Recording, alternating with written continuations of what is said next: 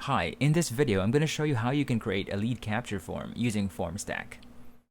First thing to do is to log into your Formstack Forms account. And on the dashboard, click on this Create button. And then select Form. And click on Next Step. And then let's name this Sample Lead Capture Form. And then folder, if you have an existing folder, you can select one where you want it to be. And then select Start with Blank Form instead.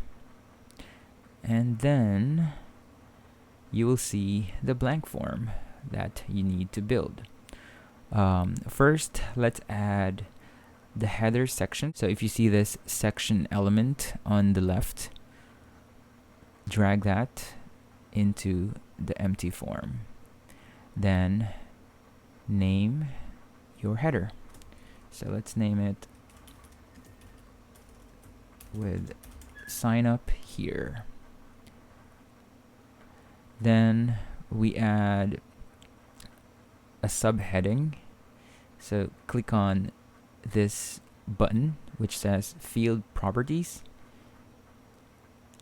and then click on edit section heading content, and then write the subheader that you want. I already have mine. I just paste it here. And then we want it to be center aligned, so click on that and then click on save. And you can see right away the subheader appears at the bottom of the header. Next, let's add the fields. So click on the back button, select and drag name into the empty form, and click on the edit button, which is this one, and then name the field. Maybe you can say please provide, well, I already have it here, so it says please provide your full name. And by default you have two fields in one section for name. That's for the first name and the last name. Next, you want a section for email, so click on this back button again, select email address and drag it into the form. And there it is. You just want to edit the field label. You can say please provide your best email. There it is. Okay, so that's basically it. Now you can view your live form by clicking on this button. So let's see how it looks. This is how it looks like by default. If you want to stylize that, if you want to customize that, you can do so by clicking on the style button. So you have different choices over here. You can select this colorful one, this one.